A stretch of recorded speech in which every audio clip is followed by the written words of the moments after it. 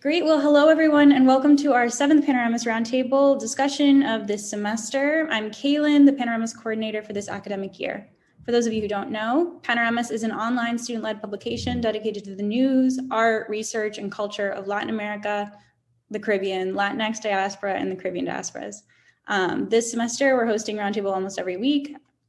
This week in particular, Ashley will be talking to us about exploring African diasporic religions and their appropriation.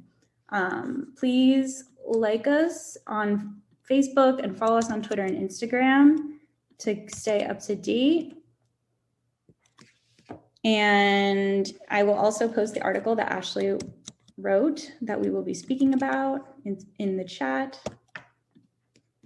And while Ashley is presenting and during the discussion, please feel free to use the chat feature for any comments or reactions. And we encourage you to also use the raise hand feature to make discussion flow a little bit better. If you have any questions, feel free to post them in the chat or message me directly. Ashley, did you want to share your screen? Yeah, I'll do that right now. Here we go. Okay. And if anyone wants to scan this QR code for my PIC Global OCC credit, please feel free to do so. We'll post it again at the end of the discussion if you don't get a chance right now. And now to Ashley. Okay, thank you so much. So, oh, I knew that would happen. Okay, there we go. So hi, my name is Ashley Brown, and I'm very grateful for your attendance at today's roundtable.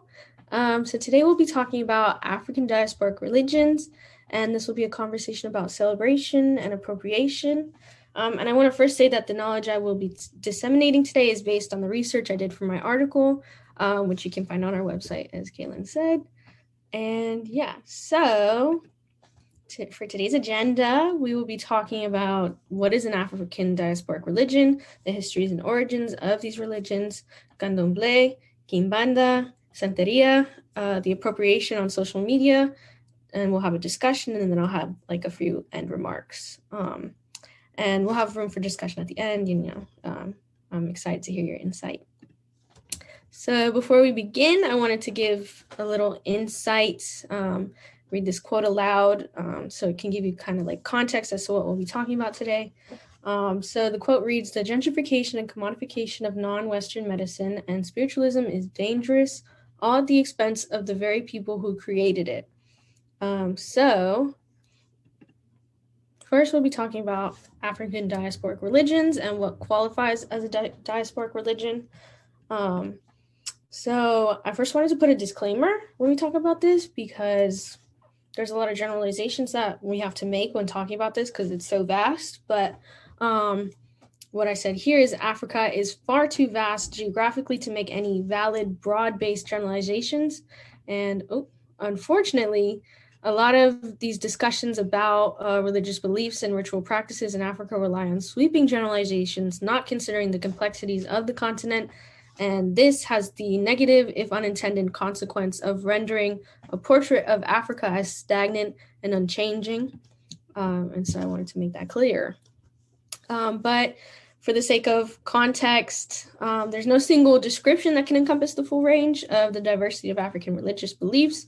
However, for this, I will say that the most comprehensive definition I found was the African diasporic religions, also known as Afro-American and African-derived religions, refer to a system of sub-Saharan West and Central African spirituality that spread throughout the Americas. Many distinct groups were forcibly brought to the Caribbean, Central and South America, and the United States.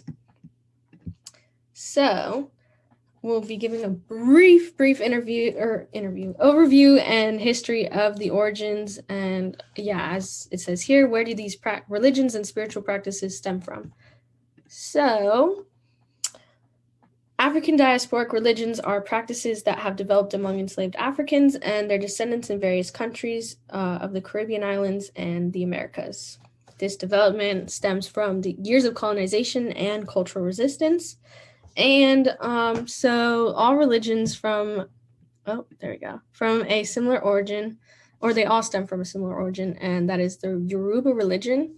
And the Yoruba religion system comprises of traditional practices and spiritual concepts, which has evolved into a robust religious system. And I found through my research that there are 4 features that are pretty visible throughout all of these religions, and therefore in the Yoruba religious traditions, which is divination, sacrifice, possession, and initiation. That being said, this is a very, very brief overview, and for the sake of time, you can read more in my article. But yeah, so the first I want to talk about Candomblé, which is, we'll talk about, but what characterizes this practice. So Candomblé is a syncretic religion practice predominantly in Brazil, and the name is of African origin, and its meaning is usually rendered as dance in honor of the gods. Now, I included 2 different images in here that are kind of 2 objects that are of great importance, especially during times of celebration. So the first is these colorful strings of beads, which are typically referred to as candomblé beads. And these strings of beads are made of plastic, glass, or clay. And they're most common and visible representations of the orishas, which are the deities in Salvador de Bahia, Brazil, which is a place of celebration, typically. And at the most basic level, these beads are symbolic representations of the orishas. And so in the second picture, these are called bofim ribbons. They're usually called, or like they were originally called fitas. But these Bahia ribbons historically were silk ribbons with writings done by hand or in silver with ink, and they were worn as necklaces upon which medallions or holy images were hung. But today, Bahia ribbons are worn mainly around the wrist, the ankle, or tied on like a church gate, which you can see here. And they're also used on hats, bags, even as home decor, because many use them as good luck charms since they symbolize faith and good fortune. Another significant thing that I found is that there's like meaning behind how you take it off, not only how you tie it. So that's another thing to keep in mind. The whole process is very, very beautiful.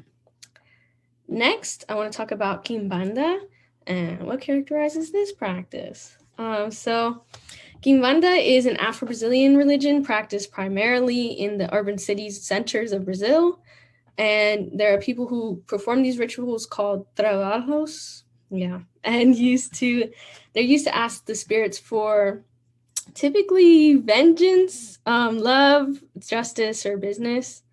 And there's this close association that this religion has to another one called Umbanda. And many closely associate this practice with another Afro-Brazilian practice known as Umbanda. And unlike Umbanda, there are some other Afro-Brazilian religions. Oh my gosh. Gimbanda does not invoke any of the Catholic saints. Instead, practitioners call upon spirits called Exus, Pomba, Hiras, and Ogun. And in like another way, Umbanda represents more Europeanized aspects of the religion, given that it's a fusion of that and Roman Catholicism. But contrarily, Umbanda has demanded to be a distinct religion as it rejects these Catholic influences and the other influences that have infiltrated other Afro-Brazilian religions. Next is a more well-known practice, which is Santeria. And what's this practice? Let's talk about it. So Santeria or Lukumi is another practice that blends Yoruba religion with Spanish Catholic worship of the saints. And this one's a little bit more popular and it's attracted followers around the globe, actually. But there is no central authority and control of Santeria. Therefore, it's organized through autonomous groups. And with that in mind, it's almost impossible to determine the number of practitioners of the tradition. But aside from that, Santeria is polytheistic and revolves around the deities known as orishas, which we said previously or mentioned before in Candomblé. And each individual is believed to have a specific orisha who has been connected to them since before birth and who determines their personality. Now, despite brujeria inheriting traits from Catholicism, there's been a long history of the Catholic Church demonizing brujeria, and referring to it as evil, Satanism, or the workings of the devil. So there's that. But with these misconceptions and false characterizations in mind, we are now going to talk about appropriation, which is a really big thing I've seen around social media lately, and I really wanted to talk about. So how have these practices been exploited and commodified on social media? Let's get into it.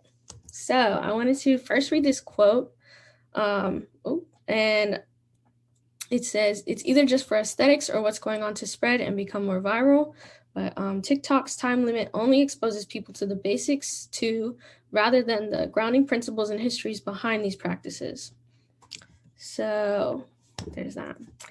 So I first want to make the distinction that there's a difference between an aesthetic and a practice.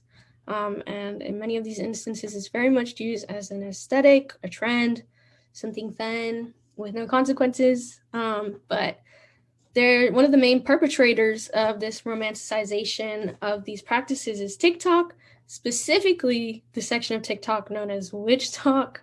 And witch talk is a hashtag. Essentially, you tag it and then you'll find a whole bunch of different videos that relate to that.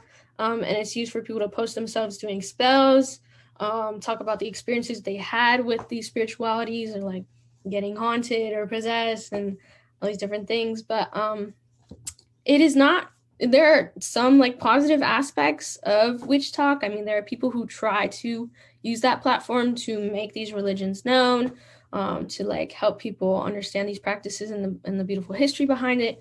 But more so than not, people use it to try out trends. So aside from this really scary aspect of it, because I mean, it's terrifying to see people trying to do these spells and make these jars and cast like these love spells on people.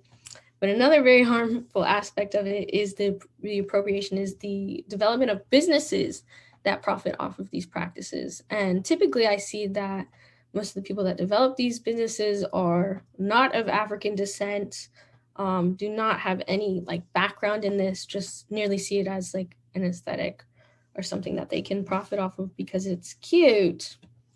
So I did attach 3 different TikToks that, really said it all.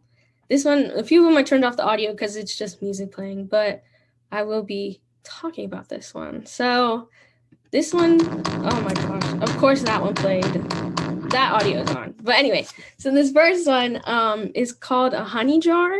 That's the biggest issue I've seen going around of people doing this. And this is actually a practice done in voodoo, but it is very much a closed practice. And what that means is you have to be of African descent or be accepted into the religion before you do anything like this. And a lot of people have done it regardless. And so a lot of people have been warning others to not do it, but obviously not everybody's going to listen. And then this one is actually, somebody did a honey jar, and honey jars are used to like cast love spells typically. And so this one says, "My ex really said no," with a heart, because the candle is not burning. And usually you let the candle burn and then that's what seals this jar, and you write the names of your love interest, whatever, but it did not burn. So clearly the universe is saying no. But not only is that an issue because it's appropriating, but also there's a lot of like malintent behind it, because you can't really, you're taking away somebody's free will, and it's just for the sake of their own gain. So there's that. And I thought this one was a great representation of why you should not be doing this. And I do have the volume on, but knocking at the door.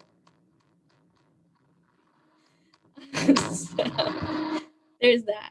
And at the end of the day, you are going to have to face the consequences of doing these practices that are not meant for you, or that are not of your background or anything like that. So, oh, not this playing again. Okay, next. Oh, okay. Now, I wanted to get into the discussion aspect of everything, because I know this is something that's kind of very recent and it's pretty much on everybody's feed, but also historically and personally, these are very big parts of people's lives, especially if you're from, these certain sub-Saharan regions of Africa or the diaspora within Latin America and the Caribbean. So I wanted to talk about that. So, I also wanted to read that.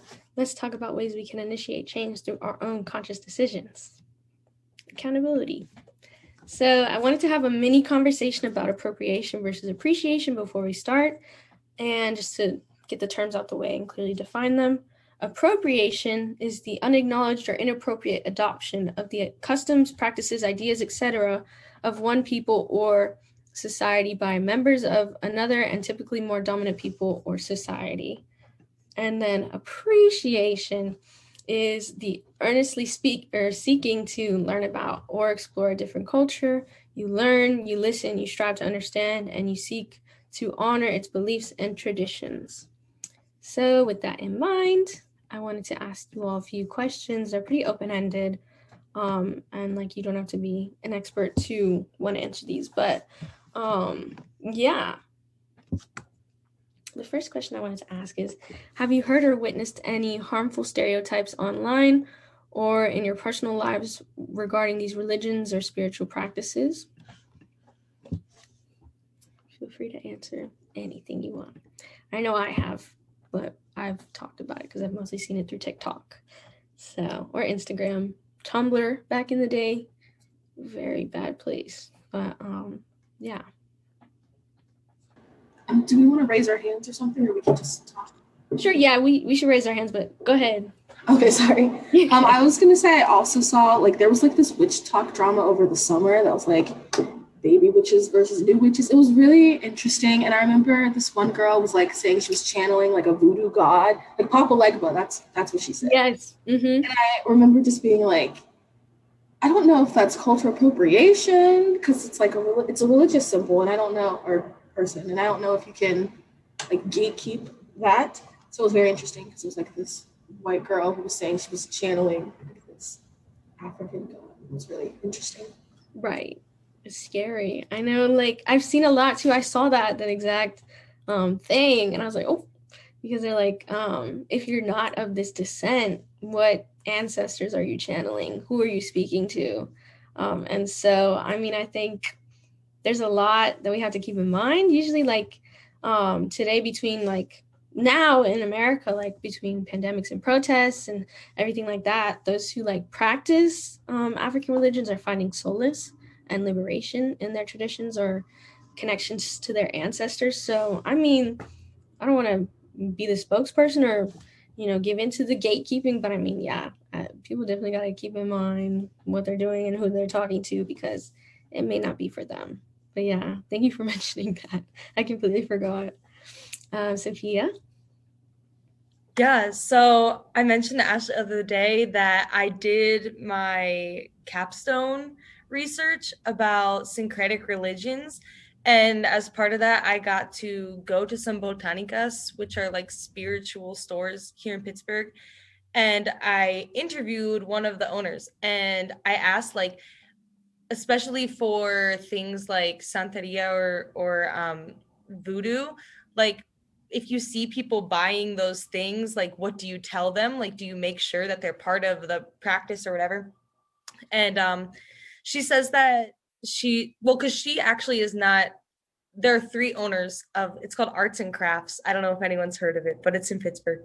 And she's not Latina, and none of the owners are. So she says she recommends that they go to someone who is part of the practice and get a reading, because part of those religions are certain types of readings. And so if you're not of African descent, it is a closed practice, but maybe if your guides or whatever tell you that you can, then you can, but you're recommended to get a reading before. So I just thought that that's interesting coming from someone who does sell that type of materials. Right. And that's another thing, thinking about like I mentioned before, profiting off of certain things that aren't within your realm of religion or background. But it is a beautiful thing to share culture and practices like that, spiritualism. So I agree with how they're doing things, as long as it's being respectful and honoring, being appreciative. I think I see nothing wrong with. Yeah. And I just want to mention that they too, like, that store isn't just for Latinx type of witchy things, because there's also like a lot of that type of tradition from, Europe, and then from Asia with the chakras and everything. So they sell all that type of stuff. So I guess it's up to you to choose your own path and be responsible. Yeah, definitely. I know on TikTok there's a lot of like practices of like paganism and pagan traditions and stuff like that, which is like this fine line between being a witch and then practicing stuff like brujeria, and like, people get confused with like the fine lines. But Kaylin. Yeah, another thing about witch talk and like the whitewashing of, these sacred traditions and spiritualities and religions, is that a lot of the times, at least from my experience on witch talk, is that people are doing it with malintent, right? It's like you're not necessarily putting good energy into the world regardless of what you believe. And I think that's probably makes it even worse than like appropriating, right? Because you're like doing it with this malintent of hurting someone or binding someone to like a witch or a love spell. Like it's very unethical. Mm-hmm. Thank you. Exactly. Unethical. That's the word of the day, because it's wild. Stephanie? Yeah, I think just going back to, you were talking about like these fine lines, right? With, I guess just like non-Christian religions, none of these like religions that we're used to seeing. I think that, like, things like brujeria and paganism and all this are usually like, I don't know, they're really conflated with like witchcraft and other like magic, and these kind of like otherworldly type of ideas. And I think that there's a line there too of education. There's a gap in education for someone who's even just looking to appreciate different religions and cultures, right? Of what are these lines? Because some of them are similar. Some of them have evolved simultaneously, right? We're in the United States. People have been like in Appalachia, the Appalachian Mountains. Like there's tons of also mixture of non-Western religions. It's just there's so many blurring of lines, and I think that it's very, very important to recognize even just the like more modern titles that we have for a lot of these practices and stuff. So for example, like brujeria has very like witchy undertones. It can be perceived as something that's more like witchcraft and magic, but it can also be related to these African traditional religions, but it can also be related to indigenous cultures. When you hear brujeria in Mexico, I think of, okay, are you talking about the more African derived religions, or are you talking about indigenous shaman, or are you talking about like witchcraft? So I think that education is really, really important for understanding how we've mislabeled these religions, and how we perceive those in the modern day. So. Right. Thank you. Yeah, indigeneity is a big factor in all of these too. And I think there's like, because there is this fusion of like Catholicism and European type religions, I think that is where these people like get it a little confused or think that there's exceptions that can be made. But I think one of the biggest things to keep in mind is that, these African diasporic religions were made out of or made from resistance and like this need to preserve their cultural beliefs because of this forceful migration. So yeah, there's a lot of factors, a lot of fine lines, but yeah, I'm glad you brought that up. Manuel? Hey, I like how you covered so much ground in the article, Ashley. That was great. And I think for lots of people, I think that we're maybe not so familiar with how what you illustrate is connected. It's really important and interesting. And it just brought to mind as you were talking, even in the description, talking about the syncretic aspect of these religions, and basically they've been cobbled together from some traditional beliefs, some heritage, and from the memory of people who showed up in a place where maybe they couldn't communicate in their native language with other people around them, right? And then they cobbled together these practices, and so in a sense, they're I think great examples of how human practice in what we do on a daily basis, what we need to sort of thrive and survive, evolves, right? Evolves and adapts constantly over time. And so I think, this is where I sort of, I'm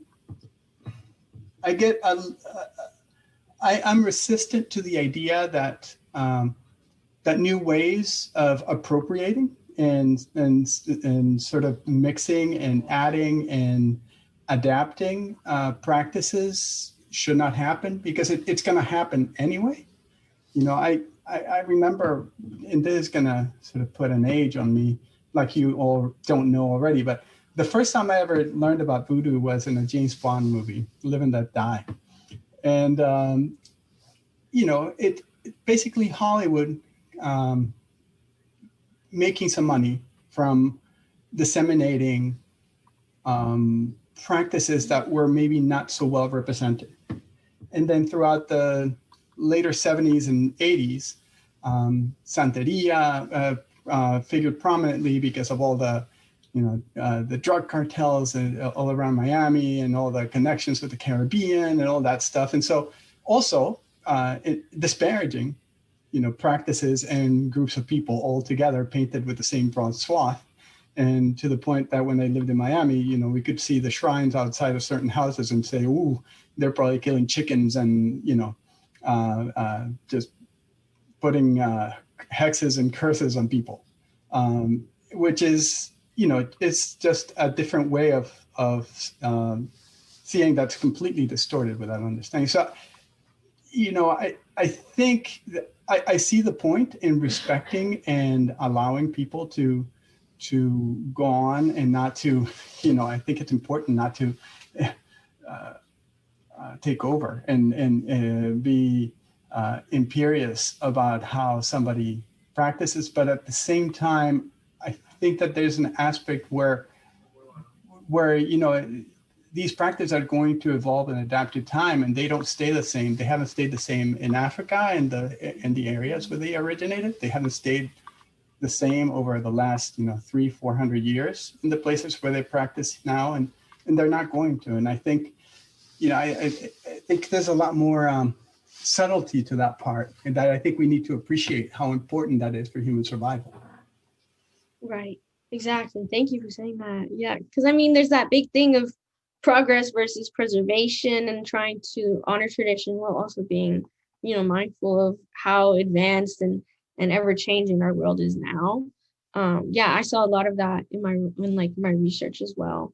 But which is also why it's so hard to put a label or make a general statement about these religions, because they will always be ever changing.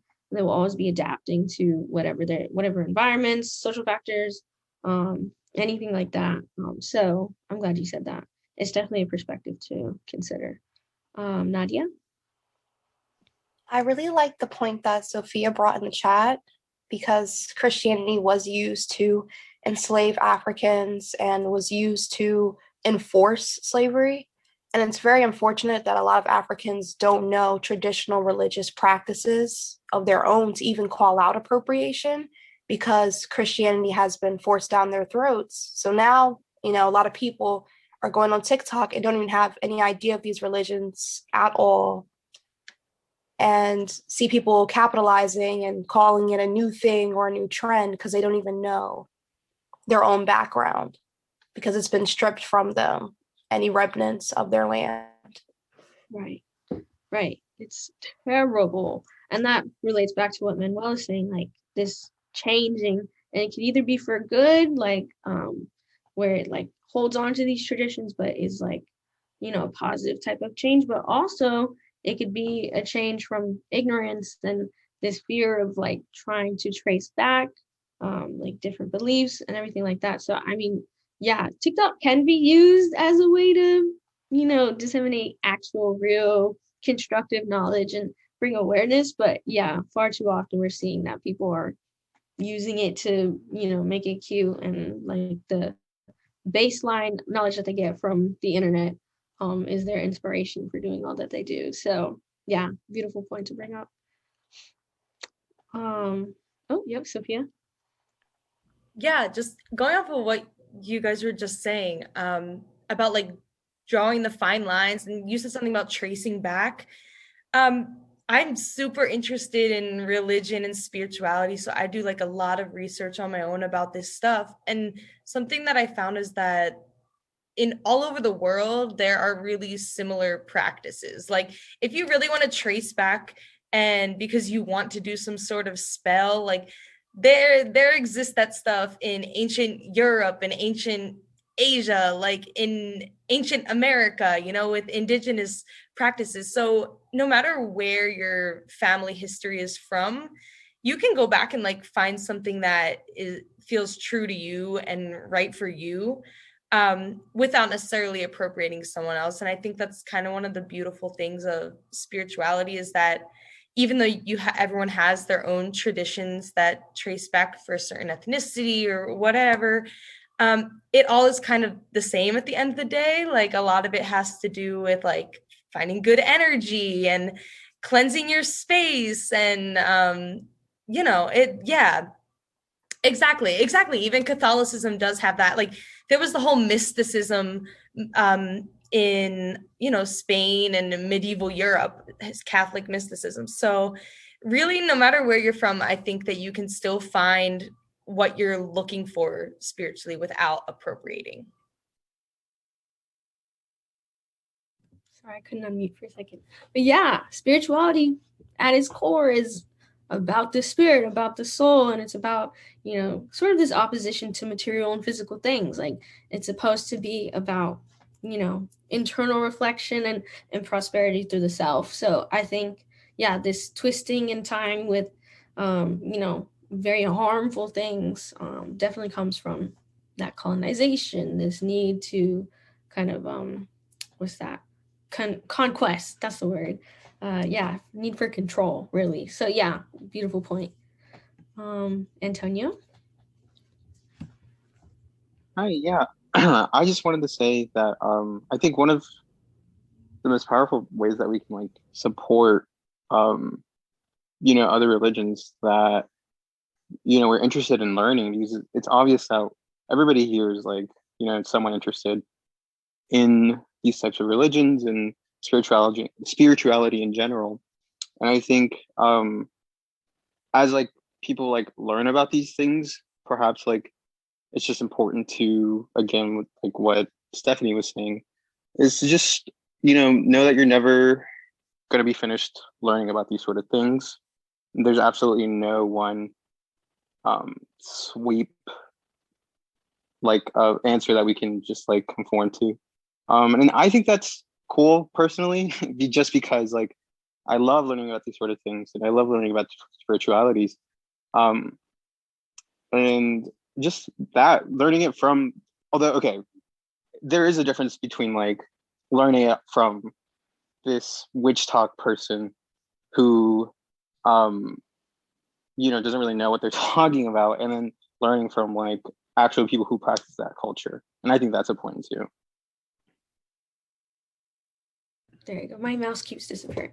But yeah, literally, we will never be done. I mean, the quest for knowledge is never over.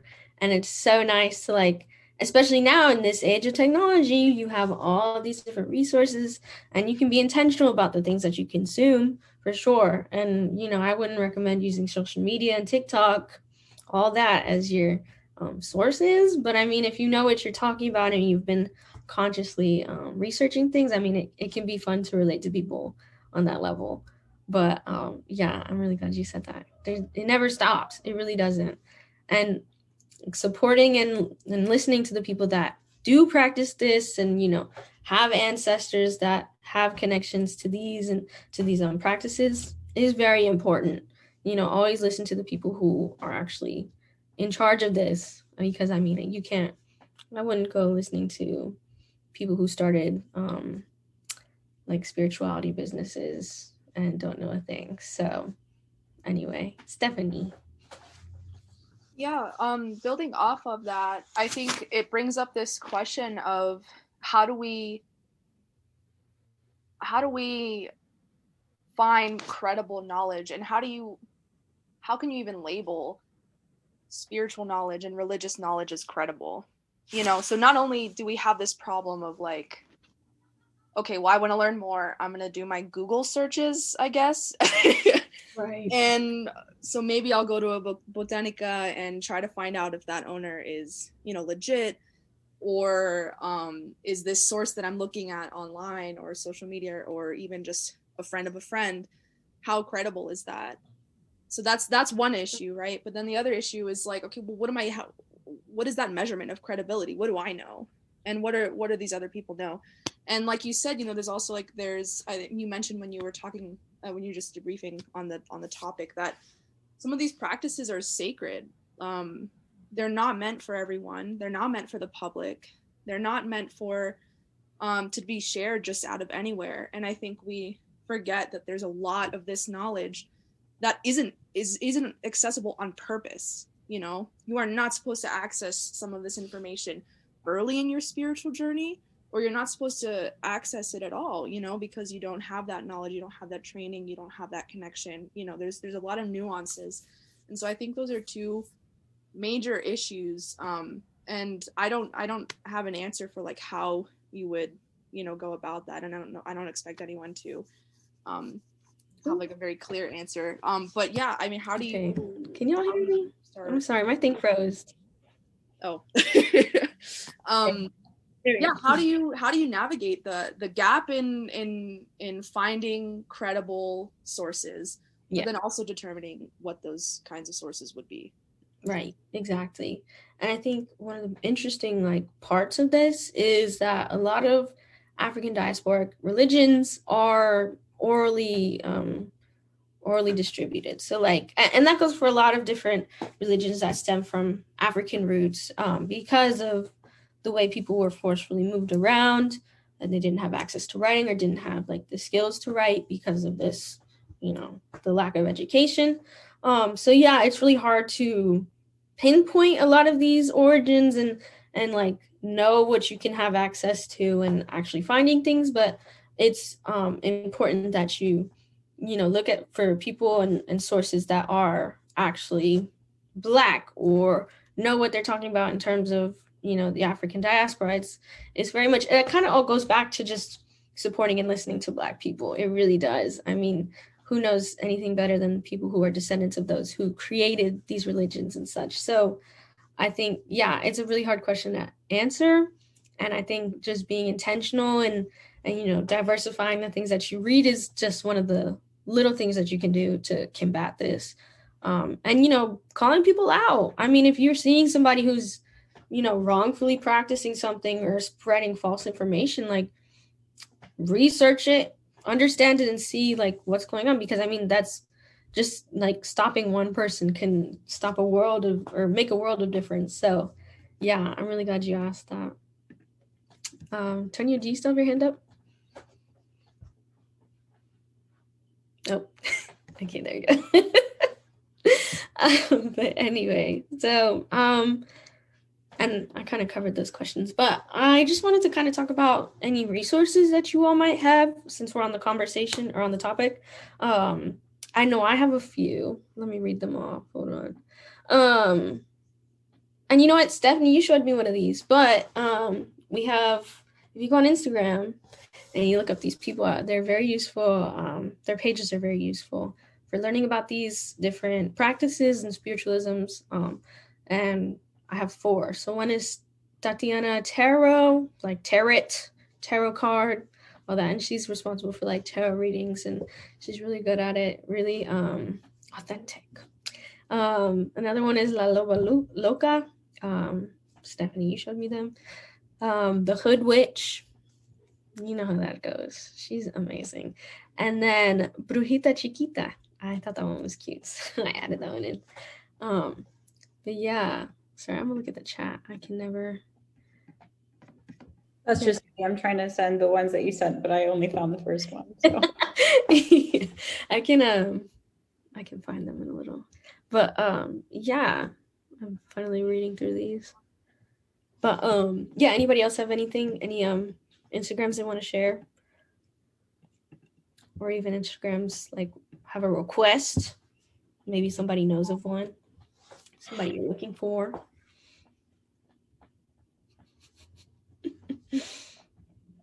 Yeah, I really like, I mean, aside from writing my papers, I really like using sources that are, you know, easily consumable and looking at a feed and looking at these different, I know those aren't the best, but the little like, so you want to know more about this that go around the infographics. But I mean, it's nice to see things once you know about them. So yeah. Sorry if you hear my roommates in the back. They're having fun. And somebody sent me, huh? In the chat, Manuel wrote, in that respect, the exotic or the other will always be interesting to those who do not have heritage or community connection. Right. Exactly. Thank you for saying that. It's always this exploitation or this desire to, ooh, it's exotic. This need for making something that you don't have, or like consuming something that you don't have, like the commodification, which we mentioned before. And I just wanted to mention that I got this question from, you know, one of my coworkers. Hey, but somebody asked about the number of people who practice, and it was hard to find a number because, you know, like Santeria is, you know, autonomous, led by autonomous groups, so you'll never know who else is practicing or how many. But I found that in sub-Saharan Africa alone, there are over, like, among the 43 countries that do practice, there are over 100 million people that do that, just in the 43 countries alone. So that's significant, and that doesn't even account for you know, Latin America, everything like that. So in case you were wondering. But yeah, any more questions or thoughts about these questions? Sophia, did you want to talk a little bit about what you put in the chat? Oh, the one I just put? Yeah, I don't mean to put you on the spot. Yeah, it's actually really, really interesting. But Maria Sabina, she's an indigenous woman from Mexico, and part of her spirituality was a mixture of Catholicism, but also like shamanism. And she gave people, like, part of her practice was magic mushrooms. Like, people would take magic mushrooms and like she would help heal them that way. So people in the US, like at the height of like the psychedelics movement, got super interested in this, obviously, and went down to Mexico and really like overwhelmed her. Like, so many people were coming just for the experience, not to be healed, not to get spiritual knowledge, but just to like trip out, basically. And this kind of she actually ended up like quitting as a shaman. Like, she lost her honor and it, like, within her own community. And she said like the sacredness of the mushrooms was just gone after all of these people from the United States came down. So I just think it kind of really goes with this. Like, it shows like if you take this too far, the whole practice could lose its meaning. So I think it's just a really good cautionary tale. Also, it ties into indigenous application of this whole thing. Mm-hmm. Thank you. Yeah, that's literally, it can like disintegrate right before us, like the way that, you know, how fast knowledge gets spread around nowadays anyway. So yeah, thank you. Yeah. Anything else?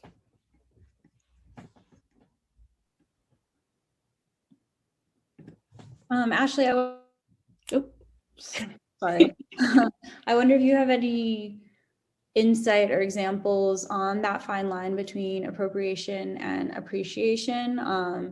For some reason, I keep thinking of the movie The Princess and the Frog and all like the Creole voodoo influences from that movie takes. Like, where do you think that, I guess, imagery like that, and I guess that's like Hollywood too and like Disney, but where would that fall along the line? Mm-hmm. Yeah, I don't have too many specific examples. I mean, Princess and the Frog is a good example of that. Also Nightmare Before Christmas, there's who is it? The Boogeyman? That's a racial stereotype, but like you see these different imagery or different images. And my point to that would be that there's a lot of harmful images that you could see. There's a lot of like the Boogeyman and Nightmare Before Christmas, but it's like there's no honoring of the different practices or different symbols, but it's rather like kind of made fun of or used for the sake of entertainment. And so that's like the general like things I've witnessed. Nothing really too specific, but yeah, in my readings it's like, oh, so you've seen this symbol and you've seen this little character, but do you know the history behind it? Do you understand that it's from it has a very special background to it? So yeah, thank you for asking that. I want to look more into that for sure, because I know it's everywhere. You cannot escape appropriation, racism, colorism. It's everywhere. So yeah. Yeah, totally. And Manuel put a really good comment in the chat that says, and everybody who watched it feels they understand all you need to know about it, right? Like, right. Which I think that's a really good point. Right, exactly. Just your brief insight. You don't have to do any more work. You just watched it and you're done. But yeah, much more exaggeration, especially in Hollywood. You will never find anything reliable really in Hollywood. It's made, or in films and whatever, it's made for the general public to consume, and not everyone wants to learn about these things because it does take time and effort. But yeah, it doesn't have to. You just sit down and read. You'll learn. But yeah, it's for the sake of entertainment. I think we have time for a couple more comments if anyone is interested in bringing something up. Any other examples? I guess, do you have any did you come across any examples of besides individuals, right? I guess thinking about film and media, how it's just used for entertainment and it's taken out of context and over exaggerated and all that stuff. Have you come across any examples of I don't know, maybe a movement of people or I don't policies? I don't know, of how do we mitigate that? I don't know if there is anything or.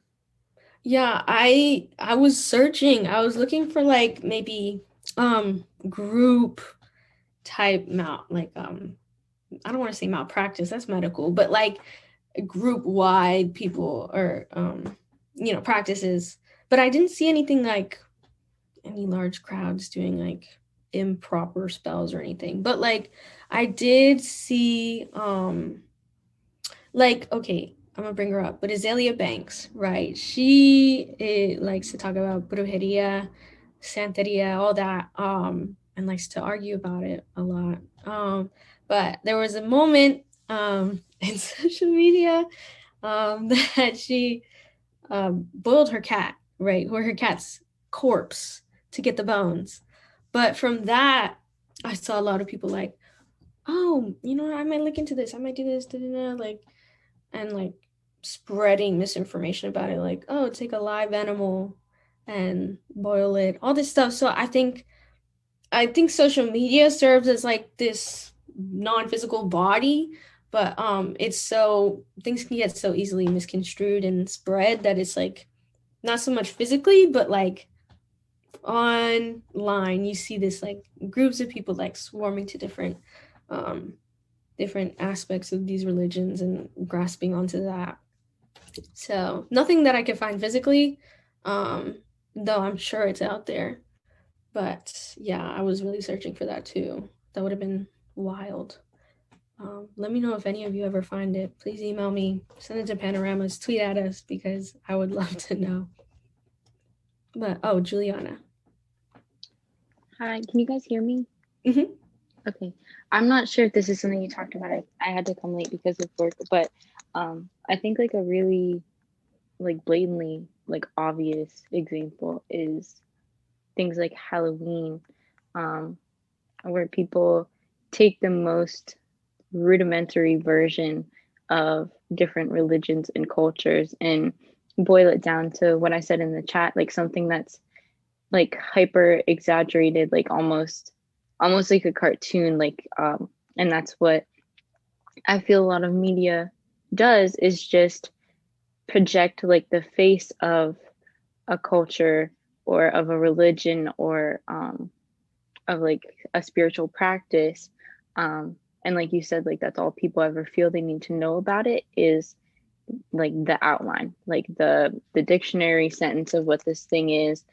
And then a lot of people just again with your example with Azalea Banks, like a lot of people take something and just run with it, like and that's where you get a lot of really like obvious to most people, but like apparently not to everybody, displays of appropriation.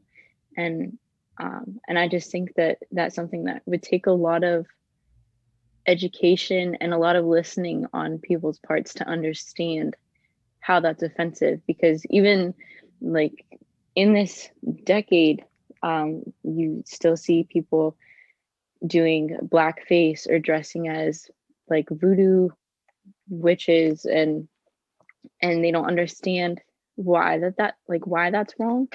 And nobody is, or not nobody, but it feels like the majority of people aren't necessarily willing to listen. And I think that's a big challenge to face, is getting people to want to listen and learn. Right. Thank you. Literally, it's like we see these caricatures. It's very exaggerated, and it's very quote unquote consumable, which is what we talk about with Hollywood and such. But yeah, I mean, I think the biggest way to combat it, which is when I want to really hit the head on. I don't. Right. It's accountability, and it's holding people accountable. It's kind of hard to have conversations, these uncomfortable conversations, and like call out culture is definitely a highly argued thing. But I think especially for things like this, it's really important to kind of conserve this culture and make sure that people are understanding what they're saying, because it can get real bad. It really can. But yeah, thank you. Halloween is so scary for that reason. Cultural catastrophe is what I would call it. Especially with Native American costumes. I'm not gonna go into it, but yeah. Manuel?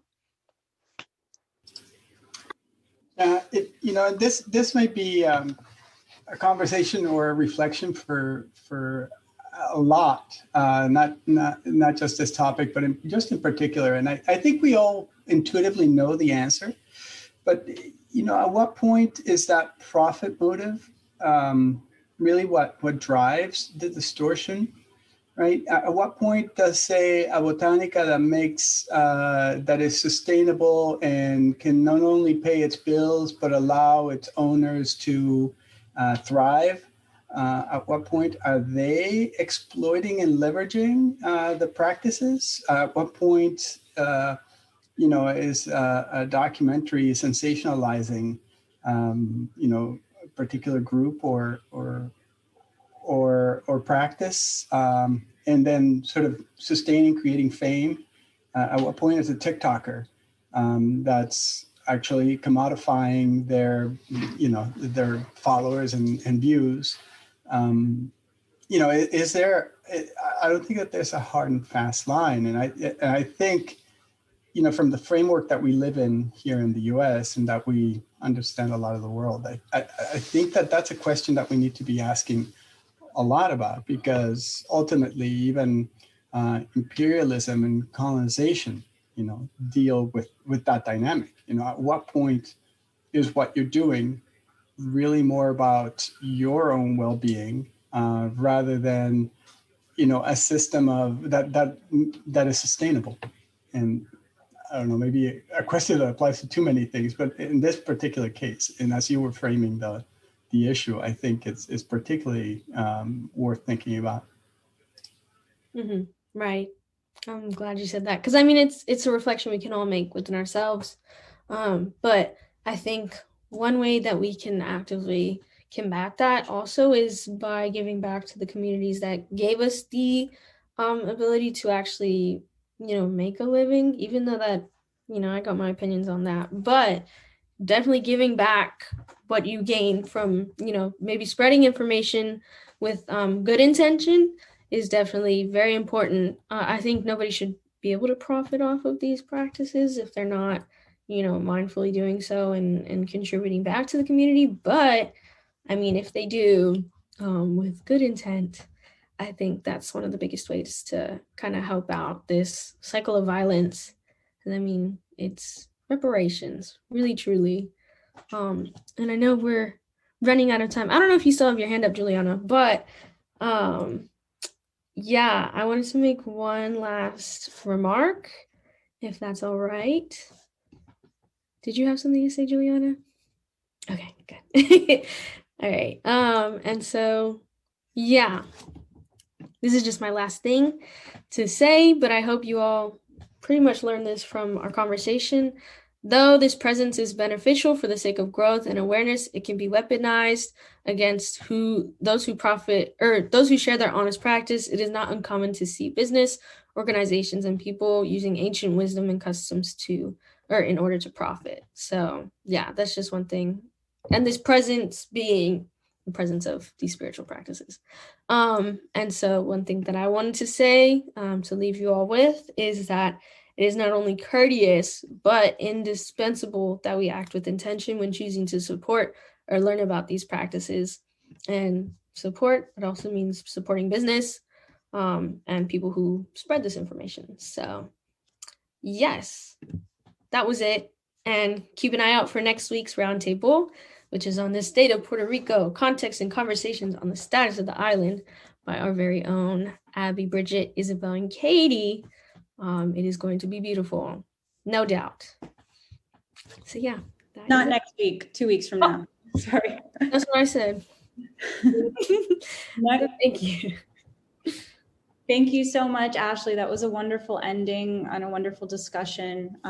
Really important conversations to be having. And I think that it's really important that you ended it on courtesy and intention, two very easy concepts to grasp. You learn it in preschool. Come on, people. But anyways, thank you all for coming and participating. That is our roundtable for 2 weeks from now. And then next week, we have the last conference through the Center for Latin American Studies, the Latin American Social Public Policy Conference. There's going to be some really great, that's the registration link. There's going to be some really great presentations by students that work with the center. And then there's the full conference. We will all see you there, hopefully, and get ready for some more great discussions. Thanks again, Ashley, and everyone who participated. Have a great weekend, everyone. Thank you. Bye.